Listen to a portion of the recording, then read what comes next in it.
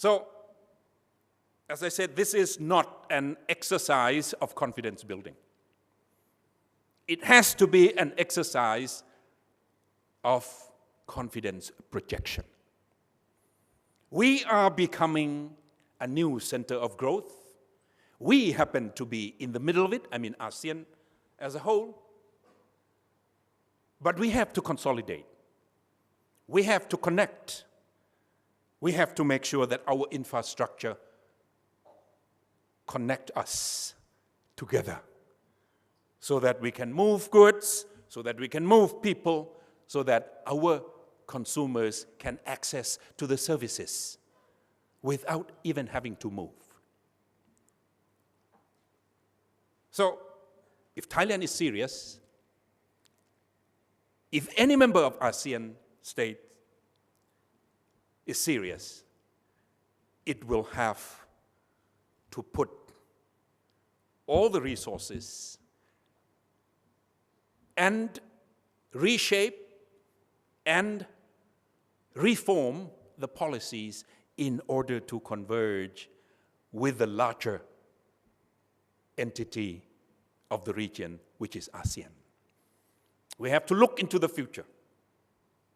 We have to believe in that vision. We have to subscribe to that idea that it's going to be an ASEAN community by the year 2015, and we have to sacrifice short-term gains from protection to long-term gains through liberalization. We have seen some reluctance, but we also have seen a real awareness that if we want to grow, if we want to compete, if we want to participate in the global landscape, we must make adjustments. Many ASEAN countries, ASEAN economies are opening up. The former Deputy Prime Minister mentioned Myanmar, Laos, Cambodia, Vietnam, Myanmar, on the mainland of Southeast Asia. Tremendous opportunities, tremendous resources, tremendous potential as far as the consumer market is concerned. But I have told those countries, don't look for a handout in the form of ODAs. Don't wait for charity. There is not going to be any free gift to help you any longer. Every economy, every country must learn to speak the language of the market. You cannot despise profit. You must make everything conducive and ready and enabling to attract foreign investment. And I'm sure that's what all of them are doing. I'm sure that's what Thailand has done successfully, and I'm sure that's what Thailand has to do even more into the future. Because you have to remain competitive in order to be able to compete with the global community. So, it is my fervent hope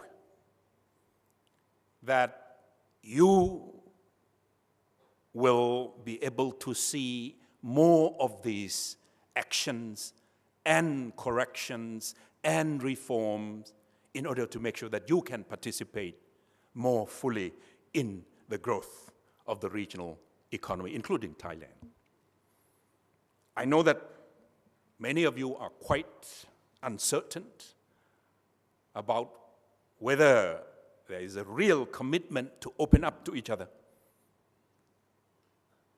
I want to tell you that the leaders and the ministers realize very well that in this world of competition, the only way to succeed is to be able to integrate effectively and move into the future together.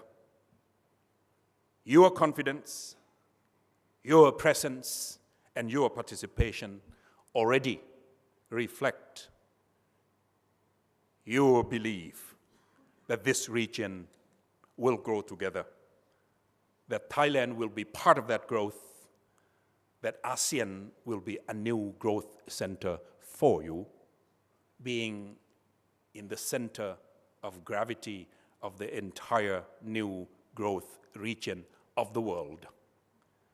And I believe the world is giving us a vote of confidence. We have 62 ambassadors to ASEAN working with me directly in Jakarta.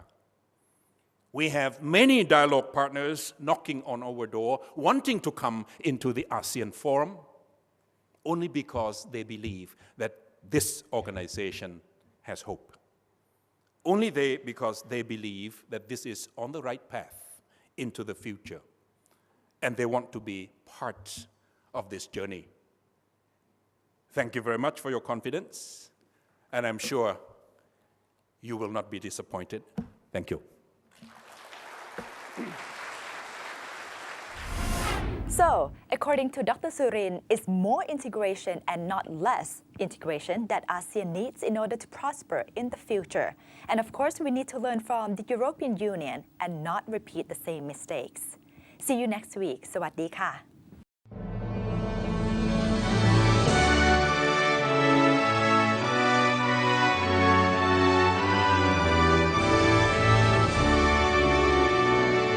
Raise our flag high, sky high, and rest the pride in our hearts.